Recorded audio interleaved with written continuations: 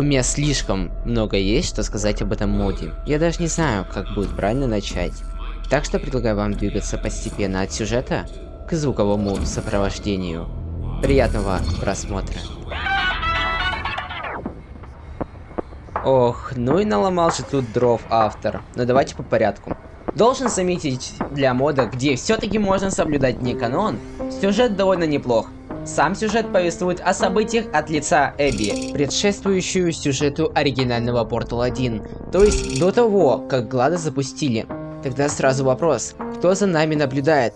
Ответ – люди. Люди, которые могут помочь нам, посочувствовать, а другие не то что мешают, но они ждут, когда мы уже умрем. В начале игры мы просыпаемся в комнате консервации, потом получаем порталочку, которая может стрелять только оранжевым порталом. Необычно, да? И мы начинаем проходить прекрасные головоломки. После того, как Эбби проходит все испытательные камеры, она попадает на праздник-вечеринку, где ее встречают ученые с тортиком. Но сейчас не время праздновать, потому что буквально через пару минут планируется запуск GLaDOS, которую Эбби разрабатывала 15 лет. Поэтому ученые предлагают ей поучаствовать в запуске Глаши.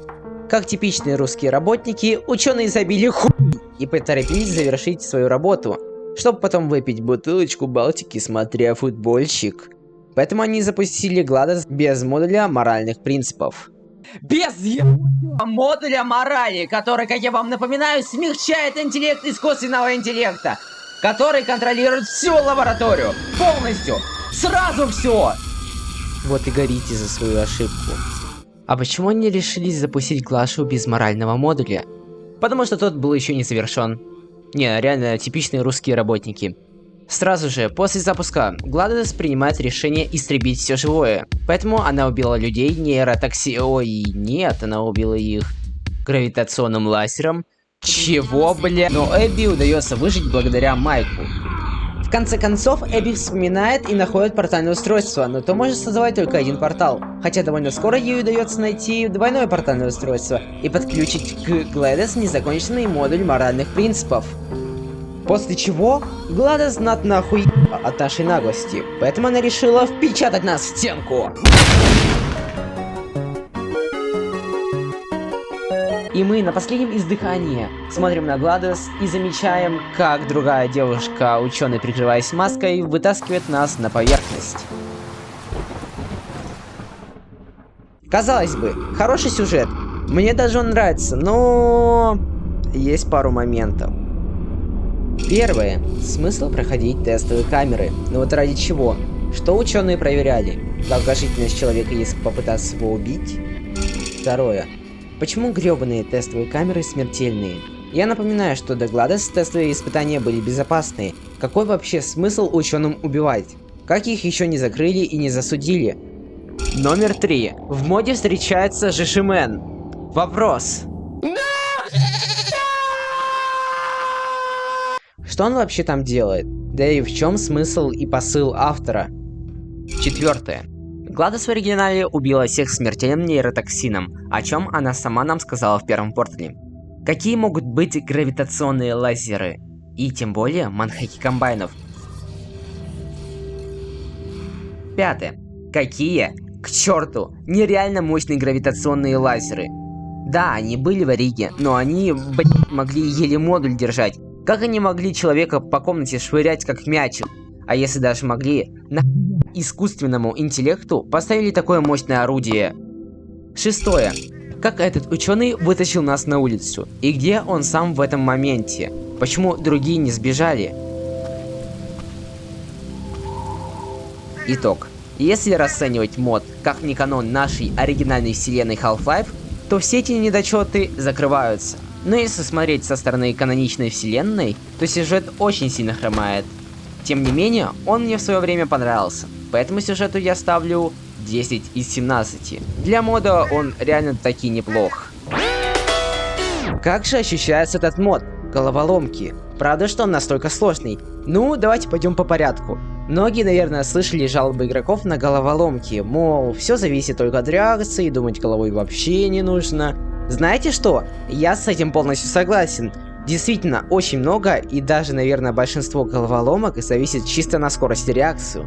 Казалось бы, что в этом плохого? Но я бы хотел немного потупить, подумать, как это пройти, а не, блять, умирать каждые 12 секунд в попытке долететь до выхода из-за непонимания левел-дизайнинга. Правда, данная проблема коснулась меня примерно 4 года назад. Мне действительно не нравится, как здесь сделаны головоломки.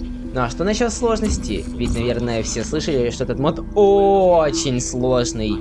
Если бы была шкала оценивания сложности головоломок, то я бы дал 2 балла из 17. Кто вы вообще такие? Почему так?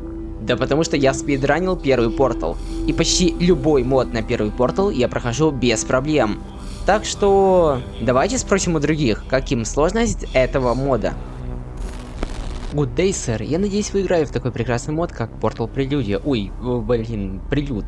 Так что оцени, пожалуйста, сложность головоломок по 17-бальной шкале. Кек.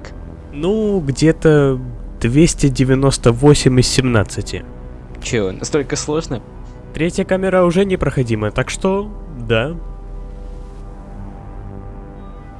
Даниэль, вы можете, пожалуйста, оценить сложность головоломок в моде Прелюдия, желательно по 17-бальной шкале? Головоломки Portal Прилет я оценю на 3 из 17, потому что там нет головоломок. Там все решается на расчет скорости и на время. Когда я первый раз проходил эти головоломки, я решал как на обычном портале, но там не надо было их решать. Но так как я топенький, я лучше оценю как на 17 из 17, потому что... Добрый день, Матаган. Я уверен на все 100%, что вы проходили Portal Prelude, поэтому можете, пожалуйста, оценить сложность головоломок в этом моде? Ой-ой-ой, я давно, честно говоря, не включал Portal Prelude, не проходил его, не перепроходил. Но, как мне кажется, вот для неподготовленного человека он будет очень такой сложный, своеобразный. И там, насколько я помню, и на скорость есть какие-то загадки, и головоломки, и на сложность испытаний, и на внимательность даже, насколько я помню. Вот, но в то же время для закаленного порталом человека, я думаю, он будет, такой своеобразный, относительно сложный, относительно легкий, в разных камерах по-разному. Альт, привет, у меня к тебе вопрос. Можешь оценить свой любимый мод Прелюдия на сложность головоломок по 17-бальной шкале? Жду ответа. Всем привет, дорогуши. Оценить сложность прелюда? Ну, на самом деле у меня очень противоречивые отношения с этим модом. Я просто не понимаю, как он умещает в себе столь разные вещи, как неплохой сюжет, постановка сцен и... головоломки! Ой, погодите-ка, их же тут нет! Тесты есть, а головоломок в них нет! И это даже не преувеличение! Весь прилет построен на геймплее по типу быстро прыгнул, быстро пробежал, быстро вальнул турель. Товарищи разработчики! Нормальных головоломок завести не хотите ли? Ох, как же меня бесит эта тема. Оценка? Ну, я ставлю минус 8 модулей морали из 17 трупов ученых. Давайте обобщим. Другим игрокам этот мод реально сложен. В нем нет нормального баланса между сложностью. И заметьте, большинство говорит, что головоломки зависят чисто на скорости. Ладно, хватит о сложности, давайте поговорим о новых механиках. Тут есть пару новых механик. Например, темы с изменением гравитации. То есть предметы в этой зоне меняют свою гравитацию, летят вверх, вбок или просто находятся в абсолютной невесомости. Также есть новое поле, удаляющее только порталы, не трогая пропы. Очищающее поле или дезинтегратор. Да, автор не смог определиться с итоговым названием. Данное поле нас убивает, причем очень больно. Пресс из бетки портала, узкие дырки для порталов, а также было больше времени уделено на хайпующие в то время панельки.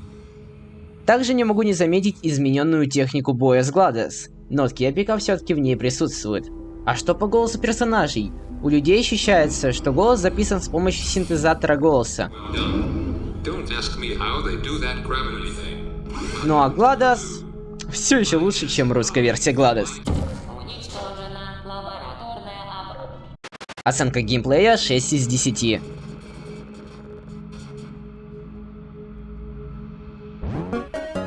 Что по новому контенту? По текстуркам все бедненько. В основном пару-тройку новых спрайтов, бетона и других текстур. С моделями все так же, всего 111 почти новых моделей. Около 400 новых фраз, записанных через синтезаторы речи. Хотя файлы VCD, которые отвечают за анимацию и речь NPC, походу были сломаны, потому что рот часто тупо не открывается. Партиклы примитивные, но подходят под стилистику и дизайн мода. Из-за всего этого графа «Новый контент» получает оценку 5 из 17. В техническом исполнении карты очень даже хорошо сделаны. Они большие, загрузки редкие, хорошая оптимизация и работа со светом. Звуки тоже не подкачали, а дизайн уровней первостатейный. Что еще нужно для мода на Source Engine? Но есть один большой минус. Как уже говорил, Третья камера уже непроходимая, так что да. сложно понять, что от нас хотят мапперы. Люди, они хорошо расставлены и пытаются даже симулировать активную деятельность. Больше 90% пропов, как по мне, стоят на своих местах. Вопросы вызывают только ракетные туры по комплексу, особенно у моста в комнату с Гладос. Кстати, о Гладос. Можно я не буду вам этот пипец объяснять? Вот это я понимаю, костыли. Авторы реально сделали все возможное ради своего мода. Loyal дизайн, простота, красота, оптимизация — это просто идеальный коктейль для мода. 14 из 17. В основном, саундтрек Portal Prelude состоит из нескольких бесплатных композиций от известных и неизвестных людей с меткой Creative Commons. Это информация с их официального сайта, поэтому я могу сделать мнение, что Prelude не написал свои собственные треки. Как же мне тогда оценивать Ост в игре? Скажем так, выбор треков отличный. Некоторые треки даже могут заставить пробежать мурашки по коже, настолько они атмосферные.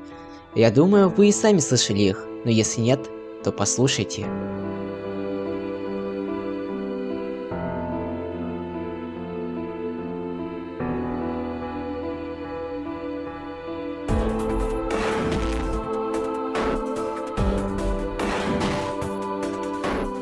Я не хочу занижать оценку из-за того, что они не написали собственные треки. Я знаю, как сложно найти композитора для модификации. Плюс разработчики отказывались от донатов и любых других пожертвований.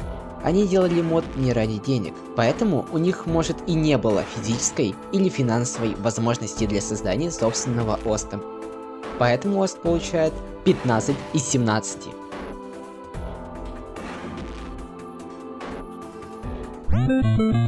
Почему я решил сделать обзор на Прилюд? Потому что в ру-сегменте ютуба мизерное количество обзоров этого необычного мода, где все говорят только о его минусах и нереальной сложности. Я же вам хотел дать альтернативную точку зрения человека, который пытается быть объективным.